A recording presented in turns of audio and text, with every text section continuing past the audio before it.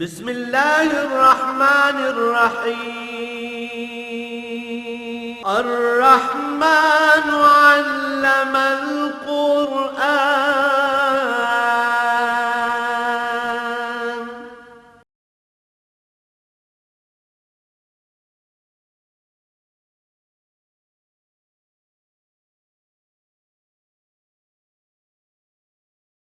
الحمد لله رب العالمين والصلاة والسلام على حبيبه محمد وآله وصحبه أجمعين. أعوذ بالله من الشيطان الرجيم. بسم الله الرحمن الرحيم. ولله ملك السماوات والأرض والله على كل شيء قدير. إن في خلق السماوات والأرض واختلاف الليل والنهار لآيات لأولي الألباب الذين يذكرون الله قياما وقعودا وعلى جنوبهم ويتفكرون في خلق السماوات والأرض ربنا ما خلقت هذا باطلا سبحانك فقنا عذاب النار. ربنا إنك من تدخل النار فقد أخزيته وما للظالمين من أنصار. ربنا إننا سمعنا مناديا ينادي للإيمان أن آمنوا بربكم فآمنا. ربنا فاغفر لنا ذنوبنا وكفر عنا سيئاتنا وتوفنا مع الأبرار. ربنا وآتنا ما وعدتنا على رسلك ولا تخزنا يوم القيامة إنك لا تخلف الميعاد. اللهم سبحانك لا علم لنا إلا ما علمتنا إنك أنت العليم الحكيم. مولاي صل وسلم دائما أبدا على حبیبک خیر الخلق کلہم.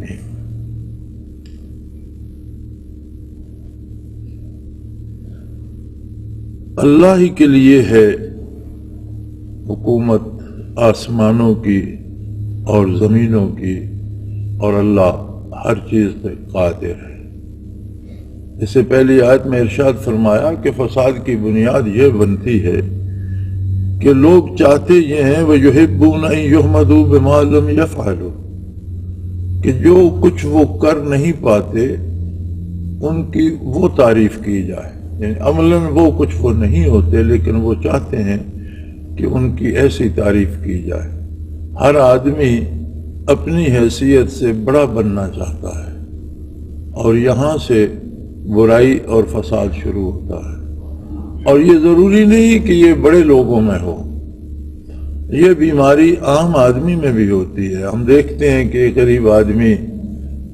کوئی شادی بیاہ آ جاتا ہے، وہ اپنی حیثیت سے بڑھ کر خرچ کرتا ہے، پھر اس کے لیے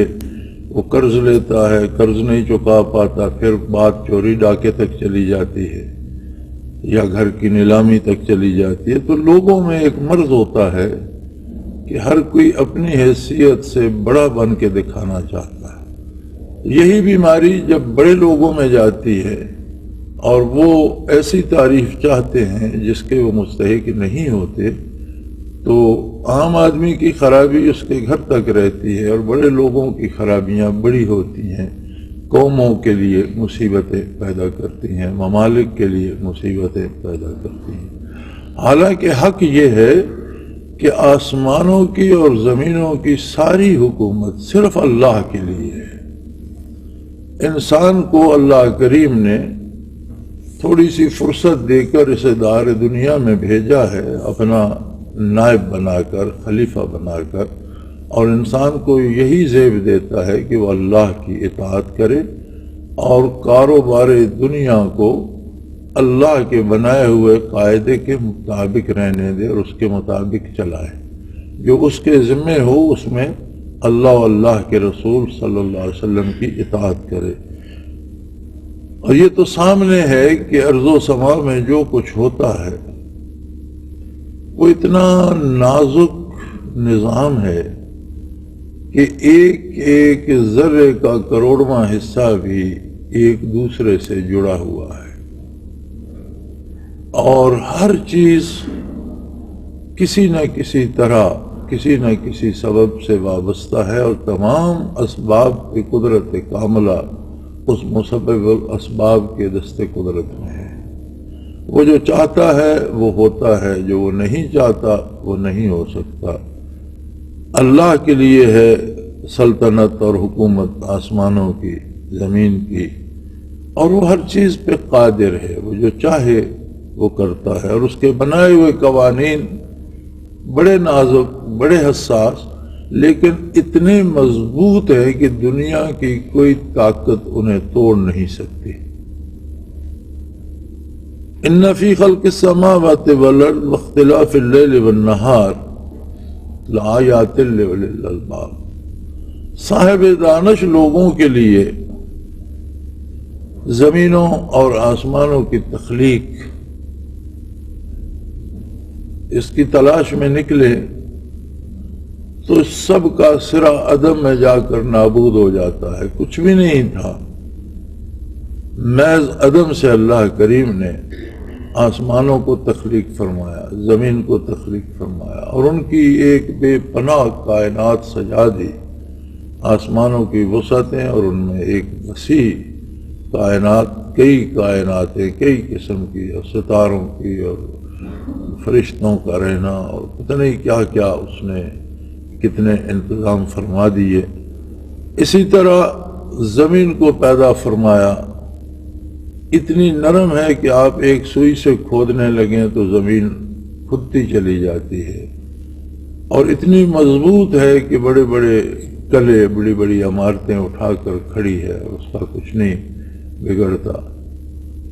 اتنی خزانوں سے بھری پڑی ہے کہ کب سے دنیا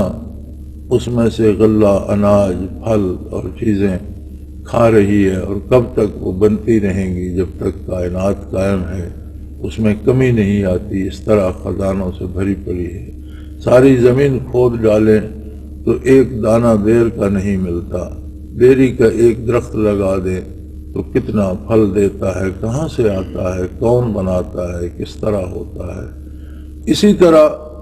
زمین کو دیکھیں تو اس میں کتنے عجائبات ہیں، مخلوق کے لیے اس کا سینہ واں ہے، اور مرنے والوں کے لیے بھی اس کی گود واں ہے۔ کتنی مخلوق آئی جو اس کی گود میں سما گئی، کتنی مخلوق ہے جو اس کے سینے پہ گزر بسر کر رہی ہے، اور شب و روز کا آنا جانا، روز اول سے لے کر آج تک ان کا کوئی لمحہ، مخلوق کا کوئی بڑے سے بڑا حکمران آگے پیچھے نہیں کر سکتا۔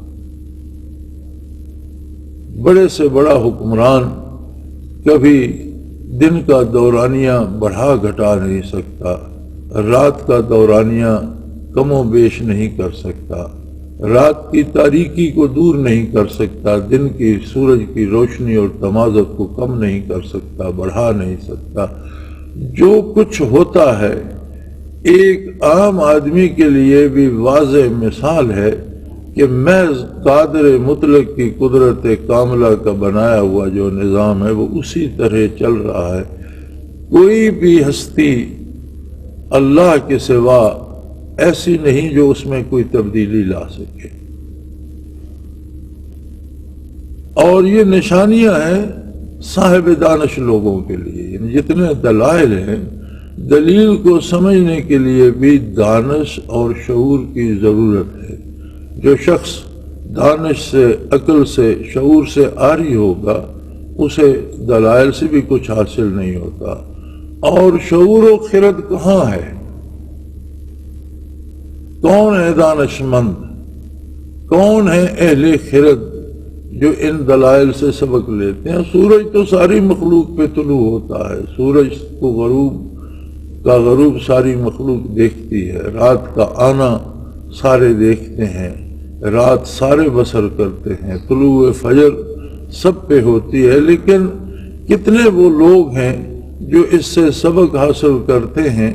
کہ اس کے آنے جانے میں، اس کے چلانے میں، شب و روز کے فرق میں، ان کے اوقات میں، اور ان کے اوقات میں ہونے والی مخلوق کی تبدیلیوں میں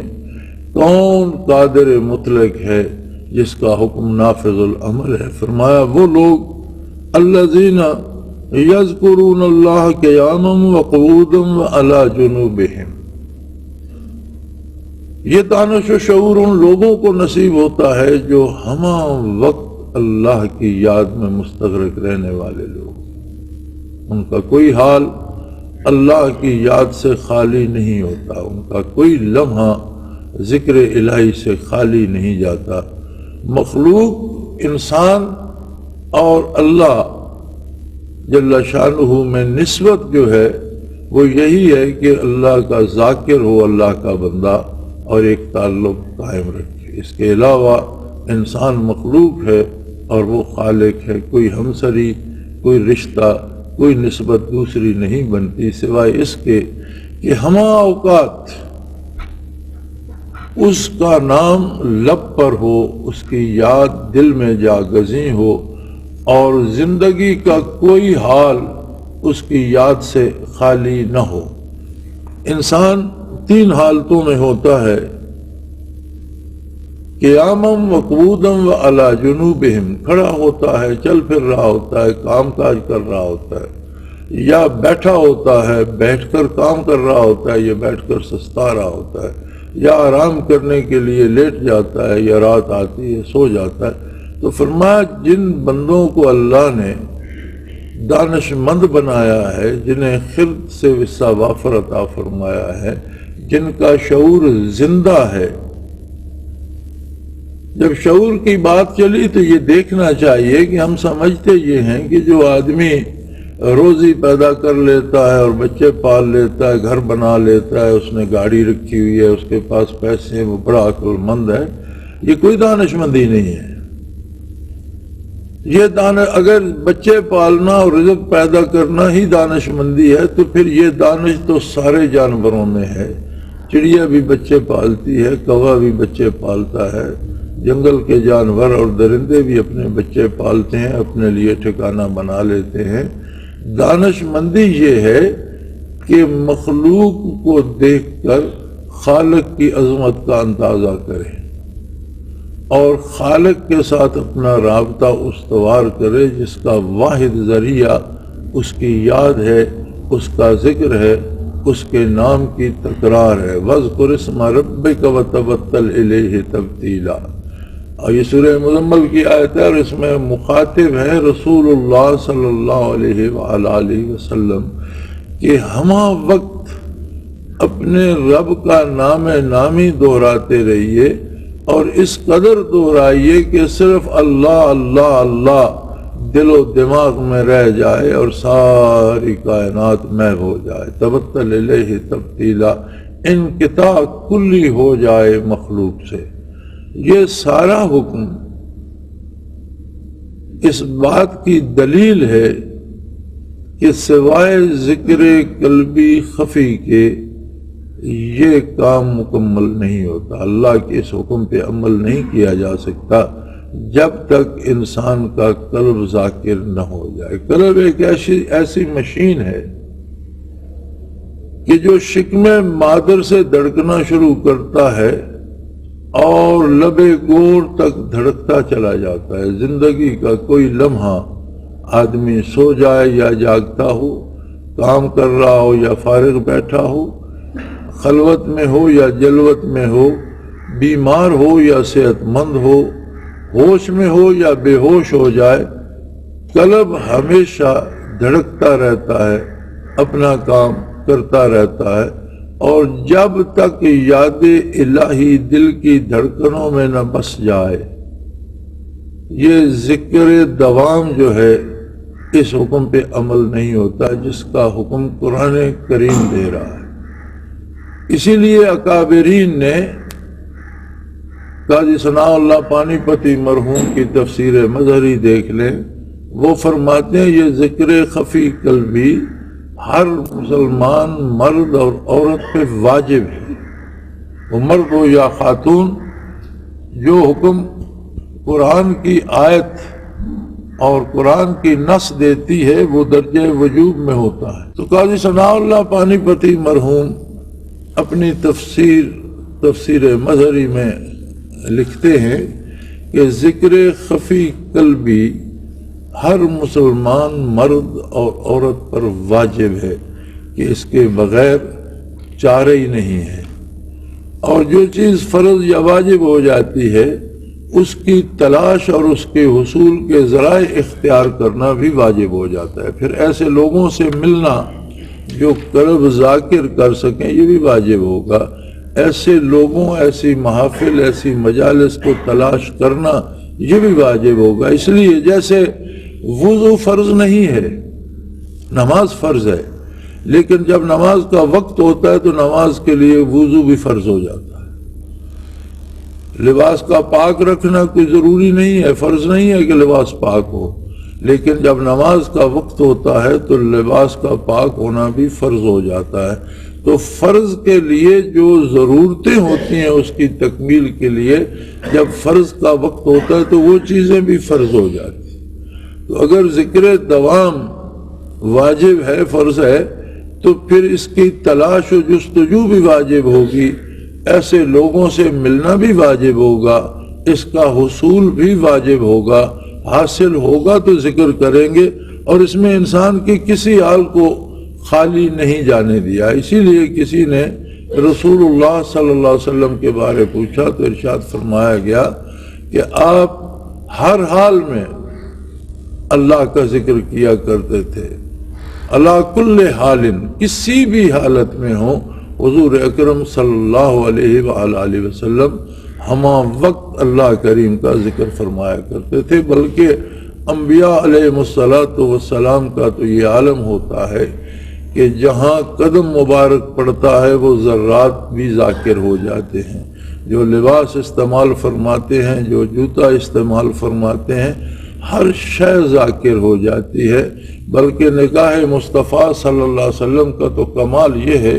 کہ جہاں جہاں تک نگاہ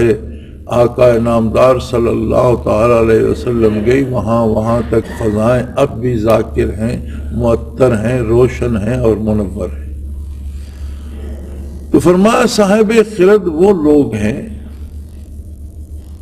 جو بیٹھے ہوں، کھڑے ہوں، بیٹھے ہوں یا لیٹے ہوں، زندگی کے کسی حال میں ہوں، صحت مند ہوں یا بیمار ہوں، مشقت کر رہے ہوں یا آرام کر رہے ہوں، مجلس میں ہوں یا اکیلے ہوں، ہر حال میں اللہ کا ذکر کرتے ہیں۔ اور ہر حال میں ذکر جو ہے آپ ذکر لسانی کریں۔ ذکر کی 3 حالتیں ہیں۔ جو عمل ہم سنت کے مطابق کرتے ہیں وہ عملاً ذکر ہے، یاد الہی ہے، اس میں حضور کی یاد ہے کہ حضور کی سنت ہے، اور حضور کی یاد کے ساتھ اللہ کی یاد وابستہ ہے کہ حضور اللہ کے سچے آخری اور سب سے اعلیٰ رسول ہیں۔ وابستہ تیری یاد سے ہے یاد خدا بھی، آتا ہے جو تو یاد تو آتا ہے خدا یاد۔ حضور صلی اللہ تعالیٰ علیہ وسلم کی یاد پاک سے اللہ کی یاد وابستہ ہے، اس لیے کہ اللہ نے ساری عظمتیں عطا فرمائی ہیں اپنے نبی، اپنے رسول صلی اللہ علیہ وسلم کو۔ اور آپ کی برکات میں یہ ہے کہ ایک نگاہ جسے نصیب ہو گئی ایمان کے ساتھ، وہ عالم انسانیت میں جو اعلیٰ ترین مدارج ہیں وہاں پہنچ گیا، ایک نگاہ میں صحابی ہو گیا۔ صحابہ کے بارے قرآن کریم نے ارشاد فرمایا، الذین ثم تلین جلودہم وقلوبہم الی ذکر اللہ، کہ ان میں کمال یہ تھا کہ ان کا ہر ذرہ بدن ذاکر تھا، نہ صرف دل ذاکر تھا بلکہ کھال سے لے کر نیاں خانہ دل تک ہر ذرہ بدن ذاکر تھا۔ تو آپ اندازہ کیجئے کہ جس فرد کا، جس انسان کے وجود کا ہر ذرہ ذاکر ہو، ہر لمحے وہ کتنی بار اللہ کا نام لیتا ہوگا۔ تو ذکر عملی یہ ہے کہ ہر عمل حضور کی سنت کے مطابق ہو جاؤ، یہ عملی ذکر ہے۔ لیکن عمل میں دوام نہیں ہوتا، عمل ہوتا بھی ہے، عمل منقطع بھی ہو جاتا ہے، بندہ کام کرتا ہے، کام سے فارغ بھی ہو جاتا ہے۔ پھر کوئی بات آپ تلاوت کرتے ہیں، تسبیح پڑھتے ہیں، دین کی بات کرتے ہیں، نیکی اور سچائی کی بات کرتے ہیں، حق بات کرتے ہیں، جھوٹ کی مخالفت کرتے ہیں، تو جتنی حق گوئی ہے، جتنی تلاوت ہے، جتنی تسبیحات ہیں، یہ ذکر لسانی ہے کہ زبان سے آپ نے ذکر کیا، لیکن ذکر لسانی کو بھی دوام نہیں۔ پہلی بات تو یہ ہے کہ ہماری زبان سے ساری باتیں حق نہیں نکلتی، ساری باتیں راست نہیں ہوتی۔ میرے خیال میں اگر ہم کبھی یہ تجربہ کریں، جیسا کسی بزرگ سے کسی نے عرض کی تھی کہ حضرت میری اصلاح کے لیے مجھے کوئی بات ارشاد فرما دیں، تو انہوں نے فرمایا کہ ایسا کرو کہ ایک دن جب صبح بیدار ہوتے ہو تو ایک کاپی پینسل پاس رکھو، جو بات زبان سے نکلے وہ لکھ بھی لیا کرو، اور شام کو بیٹھ کر دیکھنا کہ تم نے کتنی باتیں صحیح کی ہیں اور ان میں کتنی غلط اور نامناسب ہیں، تو تمہیں اندازہ ہو جائے گا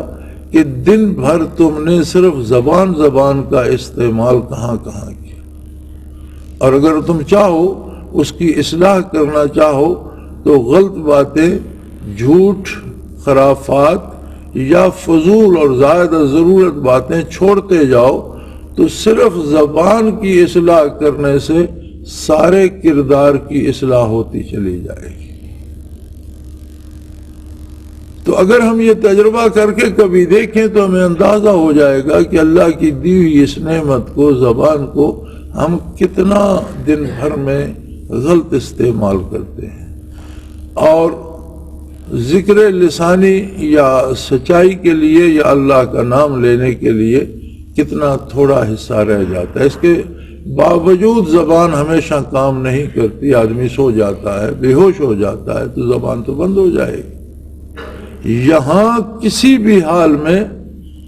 ذکر چھوڑنے کی کوئی گنجائش نہیں ہے کہ ہر حال میں ذکر کرتا ہوں۔ اس کا مطلب یہ ہے کہ آدمی کے پاس دل کی دھڑکن رہ جاتی ہے جو جب تک حیات ہے تب تک قائم ہے، اور جنہیں زندگی بھر ذکر قلبی اور ذکر دوام نصیب ہو جاتا ہے، پھر ان کے وجود کے ذرات بھی ذاکر ہو جاتے ہیں، اور اگر موت بھی آ جائے، سانس منقطع ہو سکتا ہے، دل کی دھڑکن رک سکتی ہے، ذکر منقطع نہیں ہوتا کہ وجود کا ہر ذرہ ذاکر ہوتا ہے۔ ان کی قبریں بھی ذاکر ہوتی ہیں اور ان کے وجود کے ذرات بھی اللہ کی یاد سے روشن رہتے ہیں۔ سو فرمایا صاحب دانش وہ لوگ ہیں، یعنی خرد کا، عقل کا، دانش مندی کا تقاضا یہ ہے کہ یہ دنیا ایک بھرا پورا بازار ہے، اس بازار میں بے شمار نعمتیں ہیں، اور اسے اللہ نے بنایا ہے، اس لیے اس کی چیزیں بہت خوبصورت ہیں، بڑی جاذب نظر ہے، اپنی طرف مائل کرنے والی ہیں، بڑی ان میں لذت ہے، شیرینی ہے، لیکن ساری چیزیں وقتی ہیں اور فانی ہیں۔ بہت اچھی شیرین کوئی نعمت ہے، پھل ہے، کھانا ہے، آپ نے کھا لیا وہ ختم ہو گیا، آپ کی دلچسپی ختم ہو گئی اگر کھانا بچ بھی رہا، جو کھا لیا وہ ویسے کھایا گیا، ختم ہو گیا۔ اسی طرح ساری نعمتیں، سرمایہ ہے، آپ جمع کرتے رہیں، ایک دن آپ موت آئے گی، آپ چھوڑ کر چلے جائیں گے، آپ کے کام سے جاتا رہا۔ گھر ہے، آپ بناتے رہیں، بہت بڑے بڑے گھر بنا لیں، آپ کو 4.5 ہاتھ کی قبر نصیب ہوگی اور باقی ساری بنی بنائی عمارتیں رہ جائیں گی۔ تو ساری نعمتیں فنا ہونے والی ہیں، فانی ہیں، خوبصورت ہیں، ان میں لذت ہے، ان میں شان و شوکت ہے، چمک دمک ہے، آدمی کا دل موہ لیتی ہیں، لیکن سب فنا ہونے والی ہیں۔ اللہ کریم فرماتے ہیں کہ صاحب خرد وہ ہے جو یہاں رہ کر وہ جنس خرید لے جو ضائع نہیں ہوتی، جو ہمہ دم اس کے ساتھ رہتی ہے، عند الموت ما بعد الموت، برزخ میں، میدان حشر میں، ہر لمحہ ہر لمحہ ہر گھڑی اس کے ساتھ ہوگی، اور وہ ہے ذکر الہی، یاد الہی، اللہ سے تعلق، اللہ سے نسبت، سو فرمایا صاحب عقل تو وہی ہے کہ جو بہت اعلیٰ چیز جو ہے اور جو ہمیشہ کام آنے والی ہے اس کو اختیار کرے۔ تو عقل مند وہ ہیں جو بیٹھے کھڑے لیٹے ہر حال میں اللہ کا ذکر کرتے ہیں، اور ذکر الہی یہ تفکر پیدا کرتا ہے، یہ تفکرون فی خلق السماوات والارض، ذکر الہی یہ قوت فکر زندہ کرتا ہے کہ پھر وہ فکر کرتے ہیں، پھر وہ دیکھتے ہیں کہ بار الہا یہ نظام کائنات تو نے فضول پیدا نہیں فرمایا، ربنا ما خلقت ھذا باطلا، یہ اتنا بڑا نظام، اتنا نازک، اتنا حساس اور اتنا مضبوط اور سالڈ اور ٹھوس، اتنا مضبوط نظام کہ کڑی سے کڑی ملتی چلی جاتی اور اتنا گہرا اور اتنا نازک اور حساس کہ کوئی اس کی گہرائی تک پہنچ نہیں پاتا، یہ بلا وجہ نہیں تو نے بنایا، اس کا کوئی نتیجہ ضرور ہونا چاہیے، اس کا انجام ضرور ہونا چاہیے۔ اتنا بڑا نظام بلا مقصد اور فضول نہیں ہو سکتا۔ سبحانک فقنا عذاب النار، اے اللہ تو پاک ہے، ہم کچھ بھی کریں پھر بندے ہیں، ہم سے کمی رہ جاتی ہے، ہم سجدے بھی کریں تو ان میں وہ درد نہیں ہوتا جو اس کی خصوصیت ہونا چاہیے، ہم عبادت بھی کریں تو اس میں خلوص کا وہ درجہ نہیں ہوتا جو تیری شان کے مطابق ہو۔ اس کے علاوہ ہم سے خطائیں بھی ہو جاتی ہیں، پاک تو صرف تیری ذات ہے، ہم پر الزام بھی لگتے ہیں اور ہم سے واقعی خطائیں بھی ہوتی ہیں، ہم پاک نہیں ہیں، پاک تو ہے۔ فقنا عذاب النار، اب یہ تیرا کرم ہے کہ ہم تیری یاد سے وابستہ ہیں، اس لیے ہمیں آگ کے عذاب سے محفوظ رکھ، ہماری خطاؤں سے درگزر فرما، ہماری کوتاہی اور کمی سے درگزر فرما، اور ہماری ان ٹوٹی پھوٹی عبادات کو، ہمارے ان ٹوٹے پھوٹے اذکار کو، ہماری ان بے کیف سجدوں کو شرف قبولیت بخشنا، یہ تیری عظمت کو سزاوار ہے۔ فقنا عذاب النار، اس لیے کہ اے ہمارے پروردگار، انک من تدخل النار فقد اخزیتہ، اے اللہ جس کو تو نے جہنم میں پھینک دیا اسے تو نے رسوائی کر دیا، ذلیل کر دیا، ذلت سے دوچار کر دیا۔ بار الہا ہمیں اس دائمی ذلت سے پناہ عطا فرما۔ انسان زندگی میں ہر فرد معزز ہونے کی کوشش کرتا رہتا ہے، ہم جن لوگوں کو حقیر سمجھتے ہیں، ہم جن لوگوں کو فقیر اور خانہ بدوش سمجھتے ہیں کہ ان کی کوئی اصل نہیں، یہ خانہ بدوش ہیں، کوئی ان کا خاندان نہیں، کوئی ان کی آبرو نہیں، اگر آپ ان کے پاس بیٹھ کر دیکھیں تو وہ آپس میں ایک دوسرے سے ایسا مقابلہ جوڑے ہوئے ہوتے ہیں کہ میں اس سے زیادہ معزز ہوں اور میں اس سے زیادہ عزت والا ہوں، یہ ہر بندے میں ہے۔ لیکن صاحب دانش سمجھتا ہے کہ ذلیل و رسوا وہ شخص ہے جو عذاب الہی کی لپیٹ میں آ گیا۔ لہذا ذکر الہی کا خاصہ ہے کہ تخلیق میں، اللہ کی مخلوق میں، کارگہ حیات میں تفکر نصیب ہوتا ہے، جس کے نتیجے میں وہ سمجھتا ہے کہ اس سارے نظام کا ایک انجام ہے جو یقینی ہے، یہ فضول نہیں بنا، اس کا ایک مقصد ہے، اسے اپنے انجام کو پہنچنا ہے، اور جب یہ انجام کو پہنچے گا تو کچھ لوگ اللہ کی رحمت سے سرفراز ہوں گے، کچھ بد نصیب جو فانی دولت اکٹھی کرتے رہے، حلال حرام کی تمیز نہیں کی، عظمت الہی سے آشنا نہیں ہوئے، عظمت رسالت کو جاننے کی تکلیف نہیں کی اور زندگی کو ضائع کر کے چلے گئے، تو انجام دوزخ کا داخلہ ہوگا، جس سے اللہ محفوظ رکھے۔ اور فرمایا پھر یہ سمجھ آ جاتی ہے کہ اللہ معزز وہ ہے جسے تو نے عذاب سے بچا لیا، اس کی عزت بچ گئی، اور جسے تو نے جہنم میں پھینک دیا وہ تو رسوا ہو گیا۔ وما للظالمین من انصار، اور غلط کاروں کی مدد کرنے والا بھی کوئی نہیں ہوگا۔ جن لوگوں نے شعوری طور پر بتقاضائے بشریت غلطی ہو جانا ایک الگ بات ہے، غلطی ہو جاتی ہے، بندہ اس کا اقرار کرتا ہے، اللہ سے مغفرت چاہتا ہے، اللہ بڑا غفور الرحیم ہے، اللہ کے نبی سے بخشش کی دعا کرنا چاہتا ہے، اللہ کے رسول دعا فرماتے ہیں گناہ گاروں کی، خطا کاروں کی بخشش کے لیے، اور اللہ کریم بخش دیتے ہیں، رحم فرماتے ہیں۔ لیکن جو لوگ اللہ کو بھول چکے ہوتے ہیں، عظمت الہی سے بیگانہ ہو چکے ہوتے ہیں اور محض دنیاوی حسن میں کھو چکے ہوتے ہیں، وہ زندگی ضائع کر جاتے ہیں۔ اور زندگی ایسا سرمایہ ہے کہ جسے ضائع کرنا دانش مندی نہیں کہلا سکتا، بے وقوف وہی لوگ ہیں۔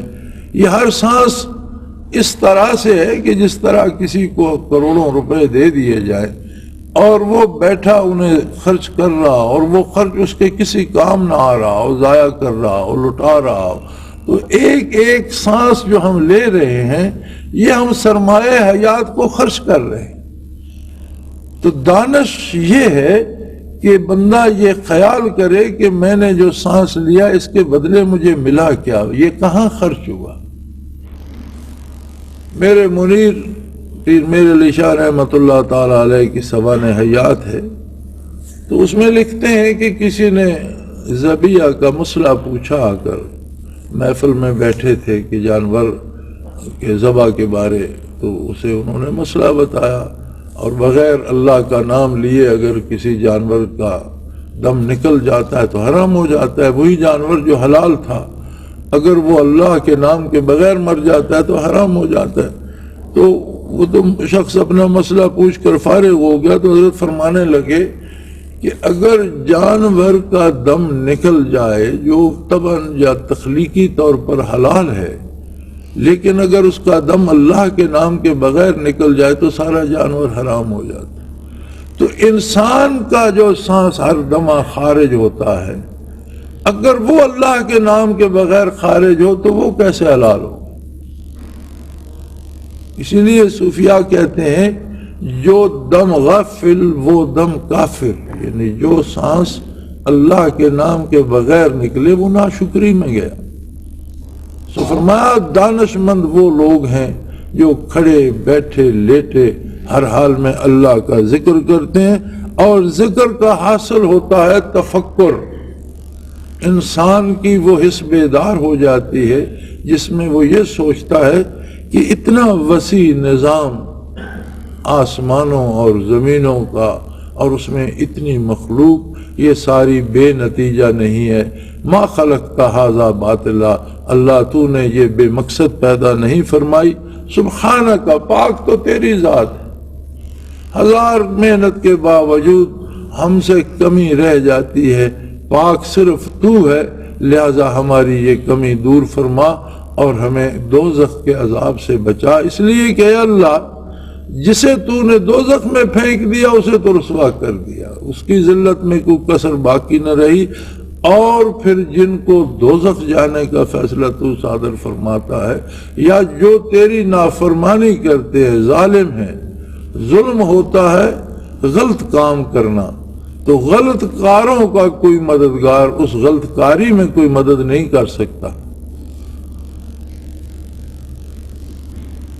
اللہ کریم ہماری خطاؤں سے درگزر فرمائے، نیکی کی توفیق دے اور ذکر دوام نصیب فرمائے۔ وآخر دعوانا ان الحمدللہ رب العالمین۔ اللہ اللہ اللہ اللہ اللہ اللہ اللہ اللہ۔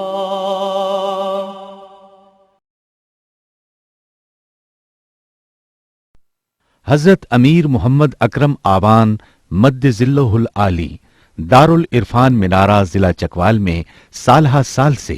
قرآن و حدیث کے اوپر خطابات کر رہے ہیں اور سلسلہ نقشبندیہ اویسیہ کے مطابق لوگوں کو ذکر الہی کی تربیت دے رہے ہیں۔ وہ قرآن پاک کی تفسیر ترتیب وار بیان کر رہے ہیں۔ تفسیر قرآن کو وہ موجودہ ملکی اور بین الاقوامی حالات کے مطابق بیان کرتے ہیں۔ موٹر وے سے کلر کہار کے انٹرچینج سے نکلتے ہوئے، کلر کہار کی جھیل سے ہوتے ہوئے، میانی، بوچھال اور نور پور سے گزرتے ہوئے دارالعرفان منارہ پہنچ سکتے ہیں۔ حضرت امیر محمد اکرم آوان نے بچیوں اور بچوں کی دینی اور دنیاوی تعلیم کے لیے سقارہ اکیڈمی کے نام سے ایک درسگاہ بھی قائم کی ہے، جس کا افتتاح ملک پاکستان کے صدر جنرل محمد ضیاء الحق نے اپنے دست مبارک سے کیا تھا۔ وہ تمام احباب جو اسلام کی طلب رکھتے ہیں ان سے گزارش ہے کہ دارالعرفان منارہ ضلع چکوال میں امیر محمد اکرم آوان صاحب کے خطابات سے مستفید ہوں۔ وہ ہر جمعے کو نماز سے پہلے بیان فرماتے ہیں۔ ہر ماہ کی پہلی اتوار کو ماہانہ اجتماع ہوتا ہے جس میں آپ خصوصی خطاب فرماتے ہیں اور پاکستان کے چاروں صوبوں سے احباب اس اجتماع میں شرکت کرتے ہیں۔ اس کے علاوہ یہاں سال میں 2 مرکزی اجتماعات بھی ہوتے ہیں، ایک رمضان المبارک میں اعتکاف کا اجتماع اور دوسرا جولائی اور اگست میں 40 دن کا اجتماع ہوتا ہے جس میں روحانی تربیت کی جاتی ہے۔ اپنا خون سیماب دے کر اتنا ہم کر جائیں گے، نام آقا کا چمن میں پھر رقم کر جائیں گے۔